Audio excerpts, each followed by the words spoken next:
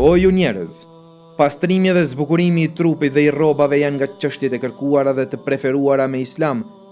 dhe i dërguari Allahut alayhi salatu vesselam e përshkroi rrugën e kërkuar në to me fjalë dhe me vepra. Allahu i madhruar tha: Në të dërguarin e Allahut ka një shembull të mrekullueshëm. Neve nuk na lejohet që të përshkruajmë për vetveten apo të importojmë nga jo besimtarët traditat dhe adetet të cilat e kundërshtojnë udhëzimin e të dërguarit të Allahut alayhi salatu vesselam, ashtu siç edhe veprojnë shumë nga ata që i përngjasojnë jo besimtarët në traditat,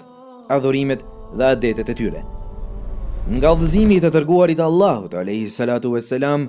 ishte që t'i shkurtojnë mustaqet dhe ta lëshojnë mjekrën, dhe Enesi Allahu qoftë i kënaqur nga ai përcjell dhe thot se na ka kufizuar Resulullahu sallallahu alaihi wasallam në shkurtimin e mustaqeve, në ruajtjen e çimeve nga pjesët intime, në shkuljen e çimeve nga sqetullat dhe në prerjen e thonjve që të mos i lam ato më shumë se 40 ditë. I dërguari Allahut alayhi salatu vesselam e pëlqente mizvakun dhe e përdorte atë edhe kur ishte agjërueshëm, edhe kur merrte abdes, edhe para namazi, edhe kur hynte në shtëpi. I donte shumë parfumet dhe miskun dhe i përdorte shumë ato dhe ndaloi ngrënien e ushqimeve që japin erë të keqe si hudhrën, qepën e të tjera, para se të shkojë muslimani në xhami.